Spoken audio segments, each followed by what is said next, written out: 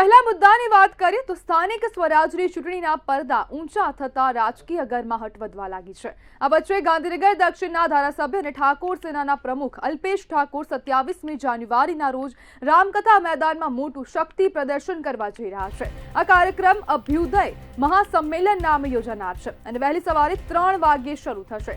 મહાસંમેલન માટે તડામાર તૈયારી શરૂ થઈ ચૂકી છે, જેમાં સામાજિક અને રાજકીય વર્તુળોમાં ભારે કુતૂહલ છે। ગુજરાતની રાજનીતિમાં ઠાકોર સમાજ એક મહત્વપૂર્ણ વોટ બેંક તરીકે ઓળખાય છે। અલ્પેશ ઠાકોરે અગાઉ અનામત, શિક્ષણ અને વ્યસન મુક્તિ જેવા મુદ્દાઓ પર આંદોલનો કરીને રાજકીય સમીકરણો બદલ્યા હતા। સ્થાનિક સ્વરાજની ચૂંટણી નજીક હોવાને કારણે આ મહાસંમેલન દ્વારા તેઓ ફરી એકવાર પોતાની સક્રિયતા સાબિત કરવા પ્રયાસ કરી રહ્યા છે। રાજકીય વર્તુળોમાં આ મહાસંમેલન અંગે ચર્ચા અને ગણગણાટ ચાલી રહ્યો છે અને વગર સિઝન હવે મહાસંમેલન યોજાવા જઈ રહ્યું છે। 27મી જાન્યુઆરીના રોજ વહેલી સવારે 3 વાગ્યે મહાસંમેલન યોજાવાનું છે, તેને લઈને હવે તૈયારીઓ પણ શરૂ કરવામાં આવી છે અને રાજકીય અને સામાજિક વર્તુળોમાં અનેક ચર્ચાઓ થઈ રહી છે કે કેમ હવે મહાસંમેલન યોજવામાં આવ્યું છે, કયા મુદ્દાઓ પર ચર્ચા થશે, તેના પર સૌ કોઈની નજર છે અને રાજકીય ચર્ચાઓ પણ હવે તેજ બની ગઈ છે કે કેમ હવે વગર સિઝને મહાસંમેલનનું આયોજન કરવામાં આવ્યું છે। અને સંમેલનને લઈને સામાજિક રાજકીય વર્તુળોમાં ભારે કુતૂહલ પણ જોવા મળી રહી છે અને જે અલ્પેશ ઠાકોર છે તેમના દ્વારા દરેકને હવે વિનંતી કરવામાં આવી છે, અપીલ કરી છે કે દરેક ઠાકોર સમાજનો જે નાગરિક છે તે હવે સ્થળ પર ઉપસ્થિત રહે, સંમેલનમાં જોડાવા માટે આહ્વાન પણ કરવામાં આવ્યું છે અને ગાંધીનગરના રામકથા મેદાનમાં આ સમાજનું મહાસંમેલન યોજવામાં આવ્યું છે અને અલ્પેશ ઠાકોરનું આ સામાજિક એલાન, જેમાં તમામને હાજર રહેવા માટે અપીલ કરવામાં આવી છે, કયા મુદ્દાઓ પર ચર્ચા કરવામાં આવશે, હવે આવનારી જે સ્થાનિક સ્વરાજ્યની ચૂંટણી છે તેને લઈને પણ હવે કેવા પ્રકારના સમીકરણો થઈ રહ્યા છે અને કેવા પ્રકારના સમીકરણો બદલાઈ શકે છે તેવા પણ હવે ક્યાંક ને ક્યાંક પ્રશ્નો ઉઠવા પામ્યા છે અને પરોઢિયે અભ્યુદય મહાસંમેલનની આ તડામાર તૈયારીઓ શરૂ કરવામાં આવી છે અને મહાસંમેલનને નામ આપવામાં આવ્યું છે અભ્યુદય અને કયા સંદર્ભમાં આ નામ આપવામાં આવ્યું છે તેને લઈને પણ અનેક પ્રશ્નો ઉભા થયા છે। તમામ લોકોને હાજરી આપવા માટે અલ્પેશ ઠાકોરે અપીલ કરી છે।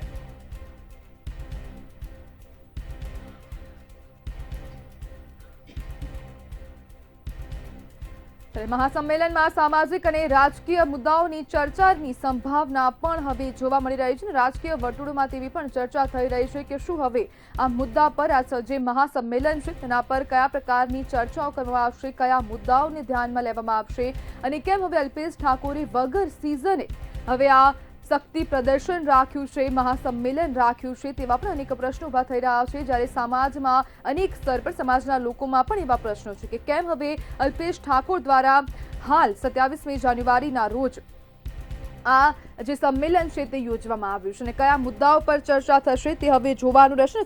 સૌ કોઈની નજર આ શક્તિ પ્રદર્શન પર છે કે કેમ હવે શક્તિ પ્રદર્શન યોજવામાં આવ્યું છે અને અલ્પેશ ઠાકોરને શક્તિ પ્રદર્શન કરવાની શા માટે જરૂર પડી છે તે પણ એક મહત્વનો પ્રશ્ન અહીંયા ઊભો થાય છે।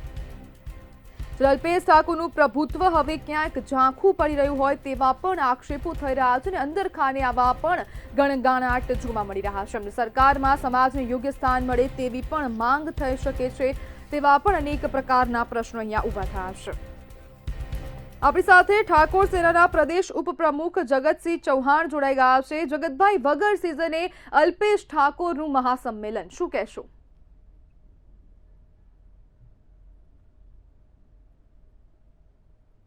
जी जगत भाई,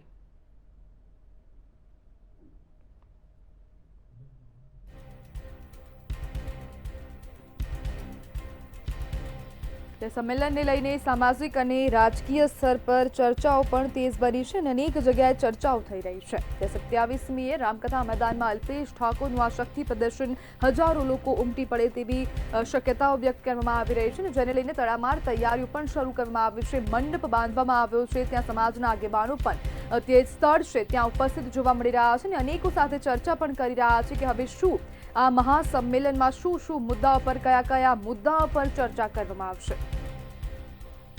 આપણી સાથે જગતસિંહ ફરીથી જોડાઈ ગયા છે। જગતભાઈ, વગર સિઝને અલ્પેશ ઠાકોરનું આ શક્તિ પ્રદર્શન, શું કહેશો?